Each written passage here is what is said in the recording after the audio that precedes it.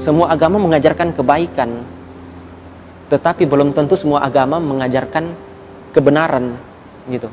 Agama mengajarkan kebaikan, tapi belum tentu mengajarkan kebenaran, gitu. Jadi di sini saya mengerti bahwa kekristenan itu bukan mengajarkan untuk menjadi hidup yang baik, tetapi menjadi hidup yang benar. Hidup yang baik tetapi tidak menjadi hidup yang benar itu sama saja dengan omong kosong.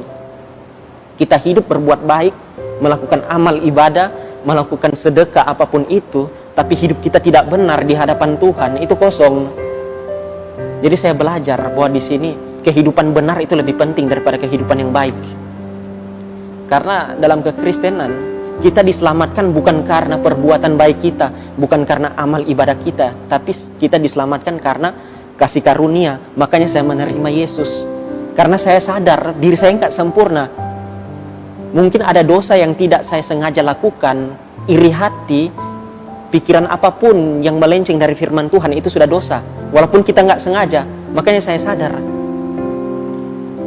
satu dosa pun yang kita buat, dosa kecil maupun dosa besar, itu sama saja di mata Tuhan.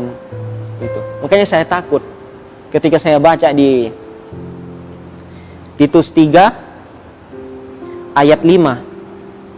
Pada waktu itu Dia telah menyelamatkan kita bukan karena perbuatan baik yang telah kita lakukan,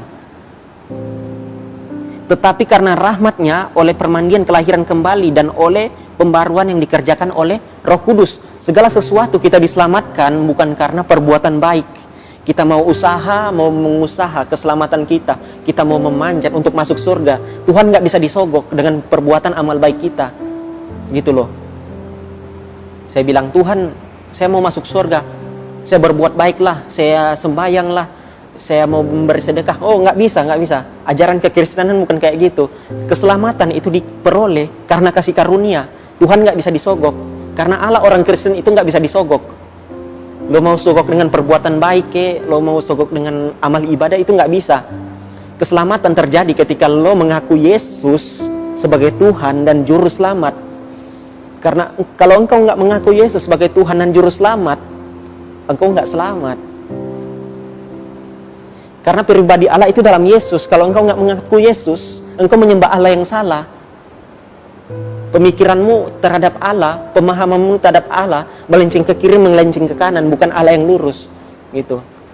Makanya saya sadar bahwa diri saya nggak sempurna, diri saya nggak bisa dibilang suci lah, nggak bisa dibilang kudus. Makanya saya sadar, karena saya sadar saya menerima Yesus bukan karena perbuatan saya,